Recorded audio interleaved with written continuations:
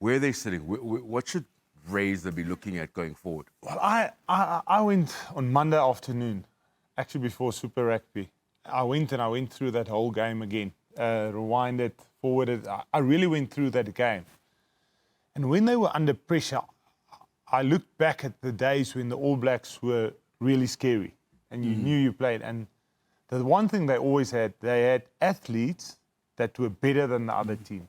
They had backline players that were bigger and faster we spoke about than this. other teams. They don't have it. If I look at the New Zealand All Blacks backs, they don't have better athletes than any other team. I mean, if you compare them against the South African, I think if you give our wingers a one-on-one, our wingers will be better. If you give our centres a go, our centres will be better than them.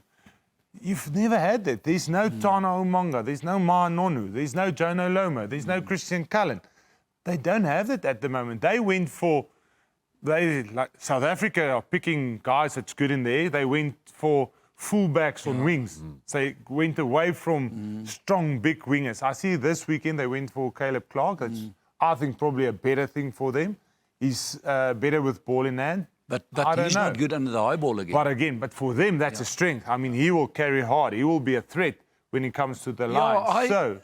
More game-wise. I see more game-wise. I see the problem there. I'm not so sure Bowden Barrett should be 15. Yeah, definitely. And then he went to the Blues playing 15 there, running the show at 15. But I think in his heart he wants to play 10. Yeah. They've got Mackenzie, who really is good in hand. He's a good stepper. He plays and he's like a Jack Russell. Super rugby. You just took my words out of my mouth. He's a super rugby player per excellence because the space and the pressure is different. And what he does at 10 as well, he often when he takes it one too far. And when he wants to kick, there's so much pressure on them. Guys, how bad was their kicking? And gave that Argentinians chance to counter-attack. And that was what they never gave you. One of the things when you played I was just on that kicking. There was at some stage, they were on the 10-metre line. They played 4 or 5 phases. And all of a sudden, Mackenzie felt the pressure. He grubbed it through. The 15 was on the 22-metre line. He kicked it straight to him. He kicked him back in the 22, and they had to go all the way back. You would never see a McCaw kick a ball that. Never in his life. I mean, you don't see that.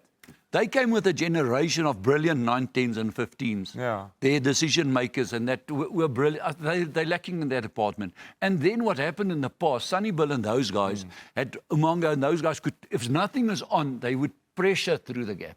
Now they don't have that luxury anymore. So what do? They kick. And if the kicking is not good, now you tackle again. And on the defence department, I honestly think they got a big look. They must look at their defence at this stage. Okay, the All Blacks to look at that defence for South Africans. We'll welcome the All Blacks at Ellis Park in a couple of weeks' time. But what's more key, what do you guys think? How will they do against South Africa? First up, Australia this weekend, then the All Blacks, 2 tests, first in Joburg, then down in Cape Town. It's going to be a humdinger of the Rugby Championship as we look forward going on in the competition.